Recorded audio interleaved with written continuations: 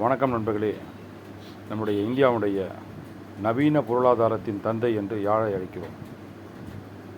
திரு PV Narasimha Rao மற்றும் மன்மோகன் சிங் ஆகியோரை நவீன பொருளாதார சீர்திருத்தங்களின் தந்தையாக கருதப்படுகிறோம்.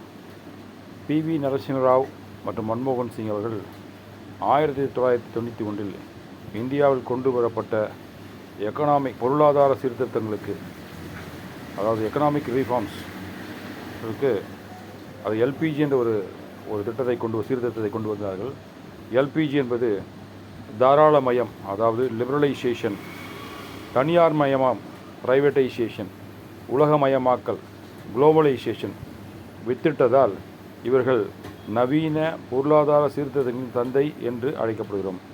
LPG என்றால் தாராளமயம் லிபரலைசேஷன், தனியார் மயம் பிரைவேட்டைசேஷன், உலகமயமாக்கல் குளோபலைசேஷன், LPG வித்திட்டதால் இவர்கள் பொருளாதார சீர்திருத்தங்களின் தந்தை என்று அழைக்கிறோம். நன்றி.